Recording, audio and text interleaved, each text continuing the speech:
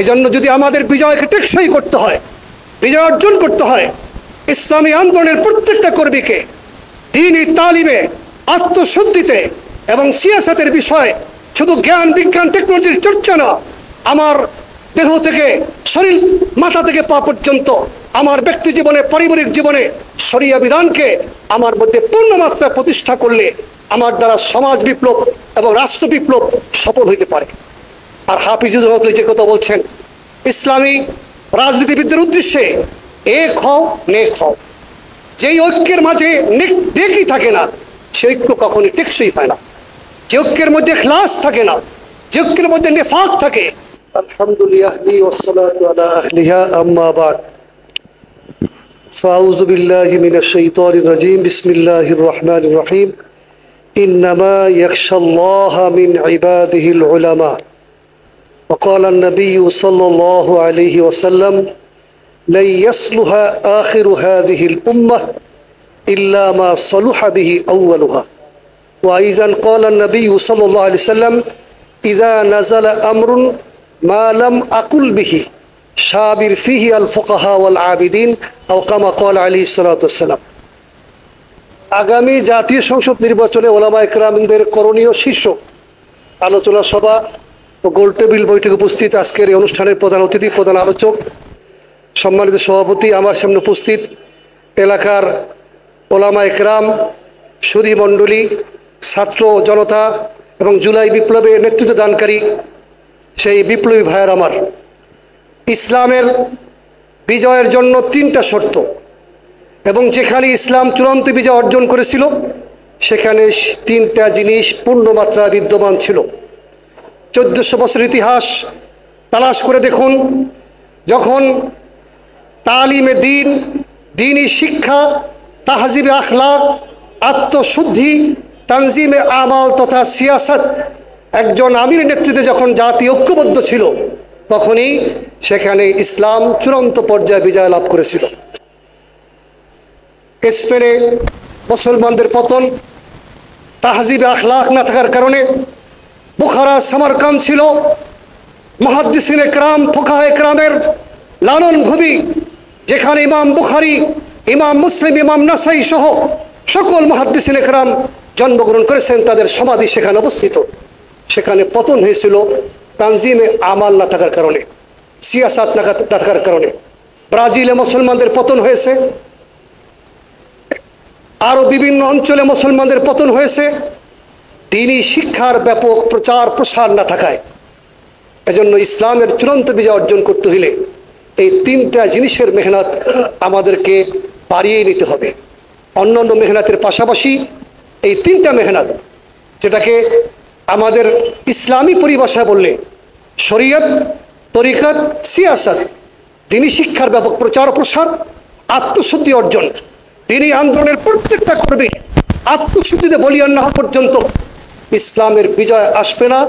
বিজয় আসলো, বিজয় টেকসই হবে না, বিজয় থাকবে না, এবং অতি দ্রুতই পতন হয়ে আবার পরাজয়ের গ্লানি আসবে। এই জন্য যদি আমাদের বিজয়কে টেকসই করতে হয়, বিজয় অর্জন করতে হয়, ইসলামী আন্দোলনের প্রত্যেকটা কর্মীকে দ্বীনি তালিমে, আত্মশুদ্ধিতে এবং সিয়াসতের বিষয়ে শুধু জ্ঞান বিজ্ঞান টেকনোলজির চর্চা না, আমার দেহ থেকে শরীর, মাথা থেকে পা পর্যন্ত আমার ব্যক্তি জীবনে, পারিবারিক জীবনে শরিয়া বিধানকে আমার মধ্যে পূর্ণমাত্রায় প্রতিষ্ঠা করলে আমার দ্বারা সমাজ বিপ্লব এবং রাষ্ট্র বিপ্লব সফল হইতে পারে। আর হাফিজুর রহমান যে কথা বলছেন, ইসলামী রাজনীতিবিদদের উদ্দেশ্যে এক হও, নেক হও। যেই ঐক্যের মাঝে নেকই থাকে না, সে ঐক্য কখনই টেকসই হয় না। যে ঐক্যের মধ্যে ইখলাস থাকে না, যে ঐক্যের মধ্যে নিফাক থাকে, যে ঐক্যের মধ্যে তাকওয়া থাকে না, সে ঐক্য কখনো টেকসই হয় না। এই জন্য আমাদেরকে এক এবং নেক যদি আমরা দুইটা হইতে পারি, তাহলে আমাদের ইসলামী আন্দোলন সমূহের এই ঐক্য টেকসই হবে। এই ঐক্য দ্বারা জাতি যে স্বপ্ন দেখতেছে, সে স্বপ্ন কি হবে? পূরণ হবে। ওলামা ইকরামের অবদান, সে ব্রিটিশ আমল থেকে এই ব্রিটিশ বিরোধী আন্দোলনের সূচনা করছিল ওলামা ইকরাম। শাহ আব্দুল আজিজ মুহাদ্দিস দেহলভী রাহমাতুল্লাহ, তিনি হলেন ব্রিটিশ বিরোধী আন্দোলনের প্রধা। তিনি প্রথম ভারতবর্ষকে তার উপর ঘোষণা করেছেন, স্বপ্ন কবরের দেশ ঘোষণা করেছেন। তার এই ফতোয়ার পর থেকেই ব্রিটিশ বিরোধী আন্দোলনের দানা বাঁচতে থাকে এবং এরপরে সে আন্দোলন পর্যায়ক্রমে যার হাতে এই আজাদি আন্দোলন হয়, ভারতবর্ষ থেকে ব্রিটিশরা বিতাড়িত হয়, তিনি হলেন আজাদি আন্দোলনের আখেরি নেতা শাইখুল ইসলাম হোসেন আহমদ মাদানী নেতৃত্বে। এরপরে যখন খণ্ড ভারতের আন্দোলনের মাধ্যমে আশরাফ আলী থানভীর মাতলাইয়ের নির্দেশনায় পৃষ্ঠপোষকতায় শাব্বির আহমদ উসমানী, সাহাবুর রহমত উসমানী যখন আন্দোলন করেছেন, যে আন্দোলনের পক্ষে সেই সময় ইংরেজি শিক্ষিত মোহাম্মদ আলী জিন্নাহ, শের বাংলা একে ফজলুল হক, শহীদ সরওয়ার্দী, মাওলানা আব্দুল হামিদ খান পাশানি সহ ওলামায়ে কেরাম এবং শিক্ষাবিদরা নেতৃত্ব দিয়েছিলেন। সেই সময় যেই পাকিস্তান আমরা অর্জন করেছিলাম, পশ্চিম পাকিস্তান, পূর্ব পাকিস্তান, সেই পূর্ব পাকিস্তানের স্বাধীনতা পতাকা উত্তোলন করেছিলেন একজন আলেম দ্বীন আল্লামা জাফর আহমদ উসমানী। আজকে আমাদের পাঠ্যপুস্তকে ওলামায়ে কেরামের স্বাধীনতার ক্ষেত্রে যে অবদান, সেটাকে অবমূল্যায়ন করা হচ্ছে। সেই ইতিহাসকে উঠিয়ে দেওয়া হয়েছে। যে পাকিস্তান যাদের নেতৃত্ব হয়েছে, ভারত যাদের নেতৃত্ব যে স্বাধীন হয়েছে, তাদের ইতিহাসকে স্থান দেওয়া হয়নি। পশ্চিম পাকিস্তানের স্বাধীনতা পতাকা উত্তোলন করেছিলেন আল্লামা শাব্বির আহমদ উসমানী রহমতুল্লাহ আলাইহ। মোহাম্মদ আলী জিন্নাহ তার সামনে দুই ধান হয়ে বসতেন। বাংলাদেশের মুক্তিযুদ্ধ হয়েছে মাওলানা আব্দুল হামিদ খান পাশানি নেতৃত্বে। তিনিও দারুল দেওবন্দের একজন গর্বিত সন্তান। তাদের স্বাধীনতার ইতিহাস, ওলামায়ে কেরামের ইতিহাস। এই দেশে যদি কোনো কিছু প্রতিষ্ঠা করতে হয়, ওলামায়ে কেরাম ছাড়া করা সম্ভব না।